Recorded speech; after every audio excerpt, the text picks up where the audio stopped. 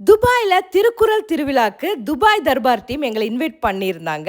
நாஞ்சில் சம்பத் ஐயா, ஞானசம்பந்தர் ஐயா எல்லாம் பார்த்து பேச முடிஞ்சது.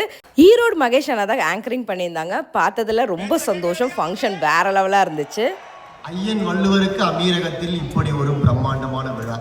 தமிழ் விழா வெறும் தமிழர்களுக்கு மட்டும் உரியதல்ல, அது பக்கத்து மாநிலத்தில் இருக்கக்கூடிய கேரள மக்களுக்கும் உரியது என்பதை ஒற்றுமையோடு இங்கே நிலைநாட்டி கொண்டிருக்கக்கூடிய வாங்க சிரிக்கலாம் அப்படின்னு எழுதின புத்தகத்தை வைத்துதான் நான் பல சொத்துக்களை சேர்த்திருக்கிறேன் என்பதை தாண்டியுடன் இந்த மேடையில் ஒப்புக்கொள்கிறேன்.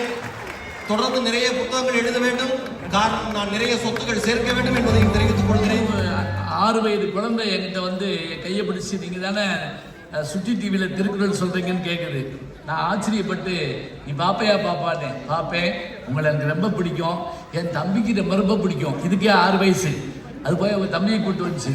அவன் நீ ஏற இறங்க பார்த்துட்டு நீ நல்லா பேசுற அப்படின்னா அவனே அன்னைக்கு தான் பேச ஆரம்பிச்சிருக்கான். வந்து முடிந்த பிறகு பசித்து வந்த ஒரு விருந்தாளியை போல, நோயாளி மடிந்த பிறகு மருந்து வாங்கி வந்த ஒரு உறவுக்காரனை போல, தேரோட்டம் முடிந்த பிறகு திருவிழா காண வந்த ஒரு பக்தனை போல